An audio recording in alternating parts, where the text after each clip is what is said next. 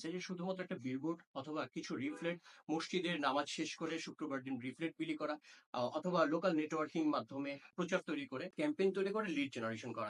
Local networking বলতে তখন হয়তো ব্রোকার ম্যানেজমেন্ট অথবা যে সেলস এজেন্ট বা সেলস টিম যেটা ছিল, তারা বিভিন্ন মার্কেটে যেত, বিভিন্ন যে হাই প্রোফাইল যে ব্যক্তি যারা আছে তাদের সাথে যে সরাসরি মিটিং করে লিড জেনারেশন করাটা খুবই ইজি ছিল। কারণ তখন বাংলাদেশে গুডউইল বলে তেমন কোনো কিছু ছিল না, কারণ যারা এখানে কাজ করতে আসছে সবাই নতুন, সবার কাছ থেকে মানুষ কিছু না কিছু প্রত্যাশা করে। ঠিক ওই সময়টাতে যেটা হতো যে মানুষ বিশ্বাস করতো রিয়েল এস্টেট এজেন্ট অথবা যে সেলস টিমের যে ব্যক্তি, তার কথার উপরে ক্রেতারা সিদ্ধান্ত গ্রহণ করতে পারতেন। সেই সময়ের সাথে যদি 2025 সালে এসে আমরা যদি সেই একই স্ট্র্যাটেজিতে থাকি, তাহলে বাংলাদেশে এখন কম্পিটিশনের বাজারে অনেকেই নতুন নতুন তথ্য খুব ইজিলি সংগ্রহ করতে পারছে। গুডউইলের ব্যাপারটা এখানে খুবই ইম্পর্টেন্ট। আপনার কোম্পানির গুডউইল আছে কিনা, আপনার প্রোডাক্টের গুডউইল কতটুকু আপনি প্রচার করতে পারছেন, আপনার সেলস টিম কতটুকু স্কিল অথবা সেলস এজেন্ট যাকে আপনি হায়ার করেছেন সে কতটুকু স্কিল, এগুলো খুব সহজে এখন তথ্যগুলো সংগ্রহ করা যায়। বাংলাদেশে যারা বড় বড় কোম্পানি আছে আমরা যাদেরকে দেখি যে এখনো সেই 2025 সালে এসেও পুরোনো স্ট্র্যাটেজি গুলো যারা যারা বিলং করছে, তারা কিন্তু ডে বাই ডে